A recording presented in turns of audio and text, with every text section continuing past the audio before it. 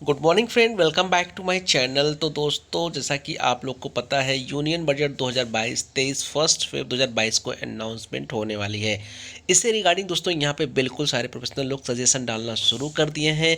तो एक पीपीटी दोस्तों यहाँ पे आप लोग साथ हम शेयर करेंगे, जहाँ पे बात की गई है फॉर इंडिविजुअल्स के लिए क्या क्या यहाँ पे रिलीफ मिलनी चाहिए। Expectation for individuals in union budget 2022-23। तो चलिए दोस्तों, वीडियो को यहीं पे शुरू कर लेते हैं। चैनल पे अगर आप लोगों ने फर्स्ट टाइम विजिट किया है तो चैनल को सब्सक्राइब कर लीजिएगा, बेल आइकॉन को दोस्तों हिट कर लीजिएगा। सारे लेटेस्ट इन्फॉर्मेटिव वीडियो यहाँ पे आप सभी को मिलता रहेगा। तो दोस्तों, पहले बात किया गया है पैंडमिक रिलेटेड रिलीफ कि पैंडमिक आप लोग को पता लगा था 3 सालों से चल रहा है, तो यहाँ पे क्या क्या एक्सपेक्टेशन लगाई जा रही है कि जो गवर्नमेंट दे सकती है। Income tax exemption to taxpayer receiving financial help from their employers and other sources for meeting the expenses incurred on medical expenses related to COVID. In case of death of taxpayer due to pandemic, any financial assistance received by his family member shall be exempt subject to provided by employer, exempt without any capping। दोस्तों, यहाँ पे बोला गया कि Covid pandemic में अगर कोई financial help यहाँ पे लोगों को मिली है या अदर सोर्सेज से, या एम्प्लॉयर ने खुद दिया है, या फैमिली मेंबर ने यहाँ पे मदद की है, तो विदाउट एनी कैपिंग, कोई कैपिंग मत लगाइए, फुल्ली इसे एग्जाम कर दीजिए पूरे अमाउंट को। एक्चुअली दोस्तों यहाँ पे फिर क्या बोला गया, provided by a person other than an employer, exemption limited to ₹10 lakh in aggregate.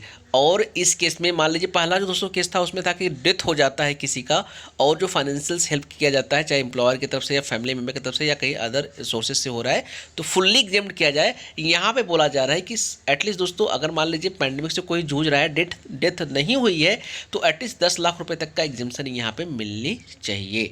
अब दोस्तों बात करते हैं सेकेंड नंबर पे, यहाँ पे बात की गई है 80C को लेकर के, increase in limit under section 80C की दोस्तों आप लोग को पता है कि अभी जो लिमिट है 1,50,000 है।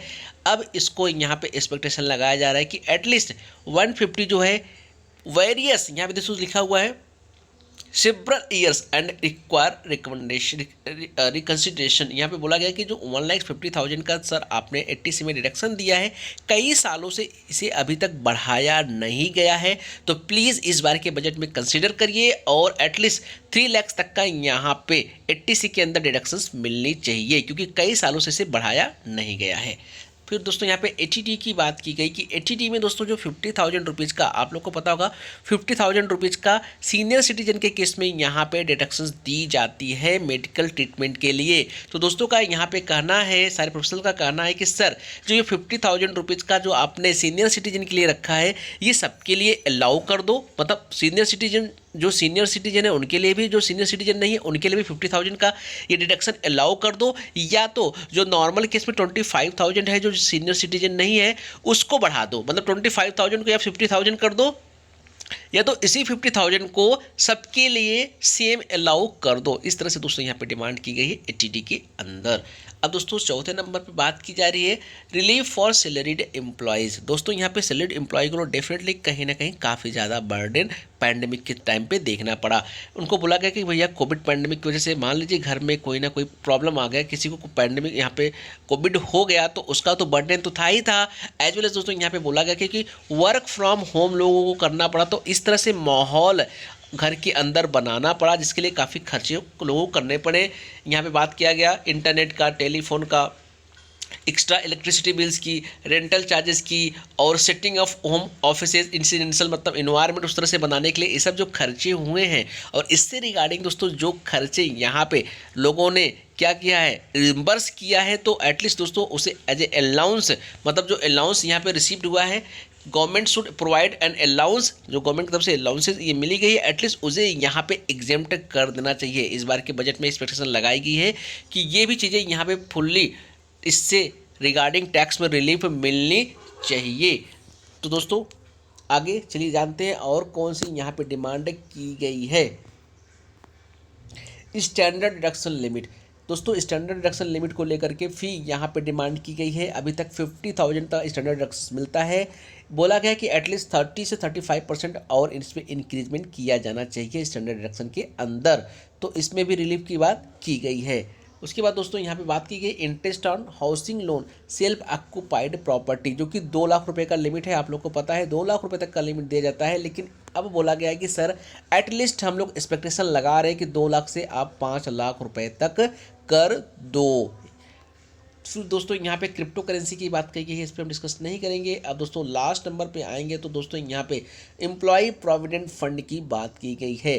जैसा कि लास्ट टाइम गवर्नमेंट ने एक अनाउंसमेंट किया था कि 2.5 लाख से ज़्यादा जो ईपीएफ के अंदर डिपॉजिट करेगा उस पर टैक्स चार्ज किया जाएगा।